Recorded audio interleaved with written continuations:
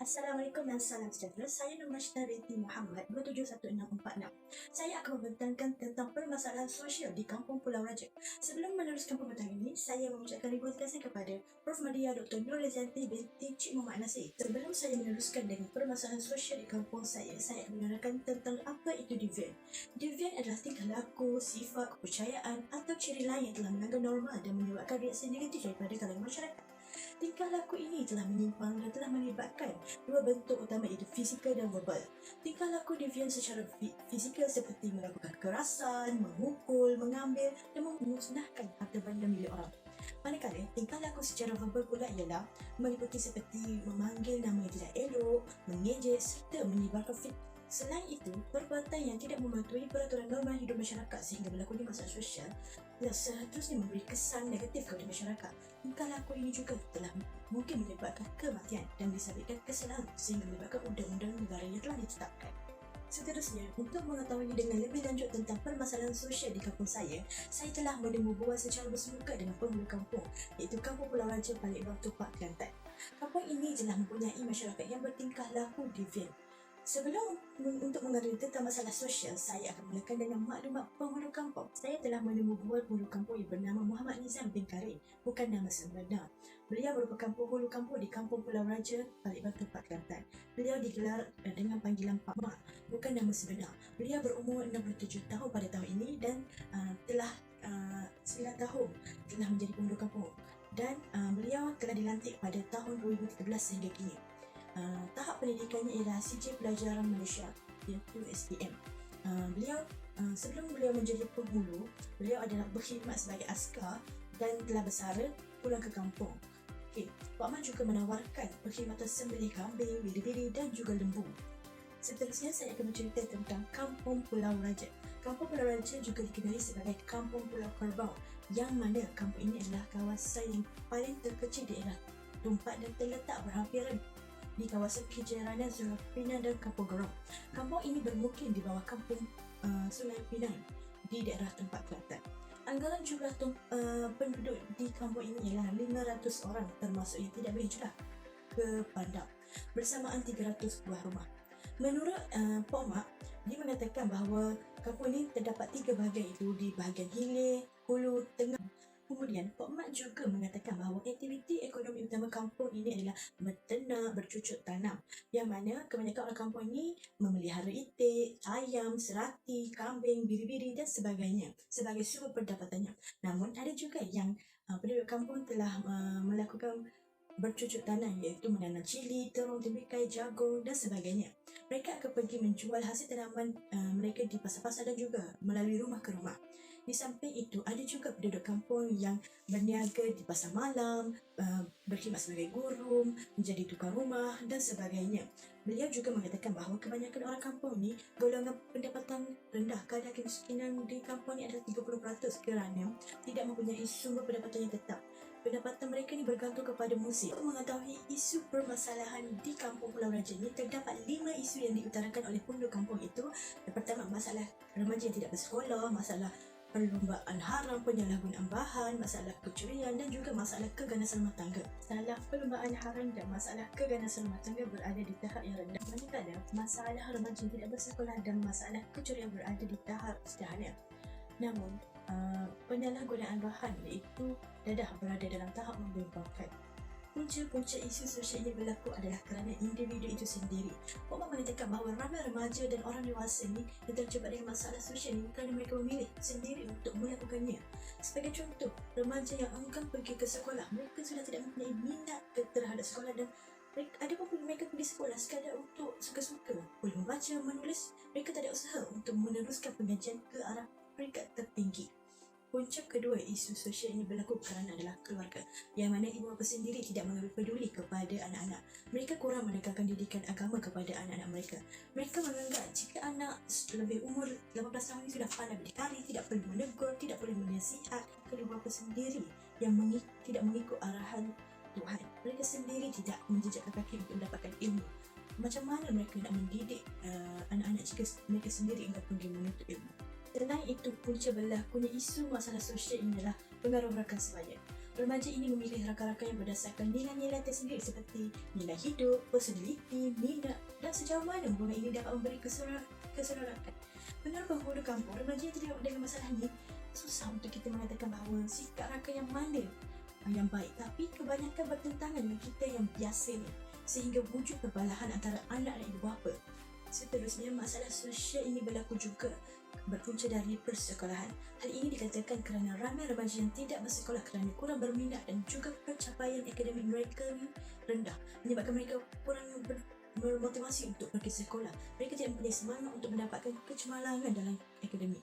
Jika mereka tidak ke sekolah, mereka akan berpeleseran ke mana-mana sahaja. Mereka akan tingkah laku devian seperti melumba motor, melepak di kawasan semak samun. Mereka cenderung untuk melakukan tingkah laku devian apabila bersama dengan rakan sebaya yang selalu ponteng ke sekolah.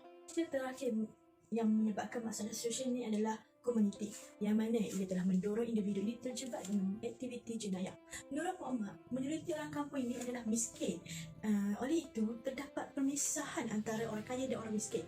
Ia bukan sahaja menimbulkan pembagian dalam kelas sosial, namun ia telah mendorong individu untuk melakukan kegiatan deviant seperti mencuri. Mereka akan mencuri untuk memenuhi keperluan mereka seperti untuk membeli dadah. Seterusnya adalah program yang dilaksanakan oleh pihak kerajaan untuk membenteras masalah sosial ini. Menurut Pak Mat, kampung ini telah mengadakan ceramah tentang penyalahgunaan bahan yang diancur oleh pihak agensi anti dadah kebangsaan AADK daerah tempat. Program ini dilaksanakan di Padang Bola, yang mana telah menarik sekumpulan remaja untuk berada dalam majlis tersebut. Selain itu, program yang telah dilaksanakan adalah majlis ilmu. Pak Mat menyatakan bahawa setiap surau, masjid dan madrasah akan memanggil ustaz untuk ceramah tentang cara didikan anak tentang pergaulan antara lelaki dan perempuan dan sebagainya. Kiranya program ini berbentuk kepada kerohanian, yang mana semua penduduk kampung disyorkan untuk datang dan mendengar ceramah tanpa dikenakan bayaran. Program ini dapat mengurangkan kadar masalah sosial di kampung Pulau Raja. Yang ketiga, program telah dilaksanakan ialah program serah diri kepada klinik. Program ini telah memberi ruang kepada penagih dadah untuk mendapatkan bantuan. Mereka akan diberi rawatan, kaunseling oleh pihak yang terlibat. Mereka akan diberi rawatan untuk menahan diri daripada untuk mengambil pil-pil yang terlarang. Mereka akan diberi kaunseling tentang cara untuk tidak lagi terjebak dengan masalah ini. Walaupun begitu, menurut Pak Mat, hanya beberapa orang sahaja yang terpenting untuk mendapatkan rawatan untuk cukup berumur. Keempat ialah program di masjid. Perkara ini dilihat bahawa masjid merupakan tempat ramai orang berkumpul dan menjadi perantaraan untuk menyampaikan sesuatu perkara. Sebagai contoh, pihak masjid selalu membuat majlis berbuka puasa dan juga ada majlis makan-makan pada bulan biasa. Hal ini dapat dilihatkan dapat mengeratkan silaturahmi antara penduduk kampung dan juga masyarakat yang mungkin akan terlibat dengan masalah sosial. Jika mereka berada dalam kelompok yang baik, mereka tidak akan bertingkah laku deviant. Akhir sekali, program yang dilaksanakan ialah Sukan Rakyat, yang mana program tersebut adalah untuk mengeratkan hubungan penduduk kampung dan juga memupuk semangat kesukanan dalam diri penduduk kampung. Program ini terbuka kepada semua golongan, tidak kira kepada tua, muda maupun kanak-kanak. Kiranya sesiapa sahaja boleh menyertai sukan ini. Menurut Pak Mat, orang yang telah terlibat dengan masalah sosial ini akan dilayan baik oleh orang kampung dan tidak ada diskriminasi antara mereka. Mereka tidak akan jatuhkan hukuman kepada mereka, namun mereka akan memberi peluang kepada orang yang terjebak dengan masalah sosial untuk berubah. Seterusnya, melalui permasalahan ini, penghulu kampung telah meletakkan harapan tinggi untuk mencegah masalah sosial. Yang pertama adalah Pak Mat mengharapkan bahawa masyarakat kampung ini peka dengan diri sendiri untuk mengelakkan daripada terjebak dengan masalah sosial.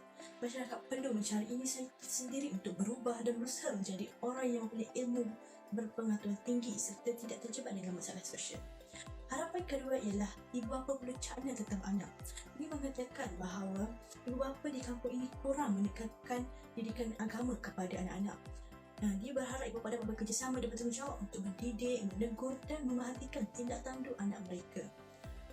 Penghulu kampung juga berharap semua orang kampung ini dapat mendalami ilmu agama dengan mengunjungi ke majlis-majlis ilmu yang telah diadakan. Hal ini kerana jika semua orang berpegang kepada agama yang utuh, mereka tidak akan terjebak dengan masalah sosial. Seterusnya, beliau juga berharap bahawa remaja ini mencari persekitaran yang baik, iaitu mencari rakan sebaya yang baik, tidak mendapatkan masalah. Jika masyarakat berada dalam persekitaran yang baik, tidak mempunyai aura negatif dalam diri mereka, mereka tidak akan bertingkah laku deviant.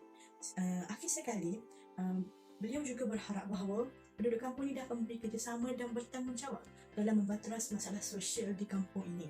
Penduduk kampung perlu melaporkan kepada penghulu kampung dan perlu membuat laporan jika berlaku masalah sosial di kampung ini. Harapan awak juga berharap adalah penduduk kampung disarankan untuk sentiasa dan dengan remaja dan juga orang dewasa yang telah terlibat dengan masalah sosial. Tidak perlu menghukumi tetapi menegur ke arah kebaikan. Akhir sekali, dengan program yang sesuai untuk dilaksanakan dan peranan kerja sosial dalam menangani isu sosial ini. Antara cadangan yang sesuai dilaksanakan adalah mengadakan program komuniti yang berfokus kepada orang yang mempunyai masalah sahaja.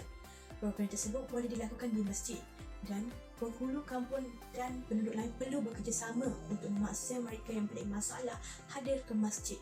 Jika perkara tersebut dapat dilaksanakan, di situ wujudlah peranan pekerja sosial komuniti yang mana akan meningkatkan empower yang membantu masyarakat untuk meningkatkan semula kefungsian personal interpersonal mereka. Okay. Cadangan kedua intervensi yang sesuai dilakukan ialah memberi kaunseling, khidmat nasihat, sokongan emosi dan memberi bantuan kepada masyarakat untuk pemilihan penyelesaian konflik yang dialami. Di situ, peranan sosial sebagai mediator yang bertindak sebagai pendamai bagi pihak ketiga dalam menyelesaikan konflik yang dialami oleh masyarakat yang telah terlibat dengan masalah sosial. Akhir sekali, pekerja sosial ini amat penting dalam menangani halangan, ketidaksamarataan, ketidakadilan yang wujud dalam masyarakat. Kita sebagai pekerja sosial yang bertindak balas terhadap krisis dan kecemasan serta masalah sosial dan pribadi. Kesimpulannya, masyarakat yang bertingkah laku devian ini akan menyebabkan mereka ini terjerumus dalam kesalahan undang-undang. Hal ini kerana telah gagal membentuk tingkah laku positif dalam diri mereka dan akan ada wujud perasaan negatif dalam diri mereka. Perasaan negatif yang terdapat pada manusia seperti marah dan benci memang wujud akibat penafian keperluan seperti kasih sayang, keselamatan dan penerimaan. Jelasnya lagi, masyarakat perlu memainkan peranan penting dalam memantau dan mengambil tahu pergerakan dan peka dengan pergerakan harian anak-anak dan bertindak membantu remaja untuk lebih peka dengan tindakan mereka serta membawa mereka ke arah kebaikan. Mereka tidak akan terjebak dengan masalah sosial dengan menjalani hidup seperti masyarakat.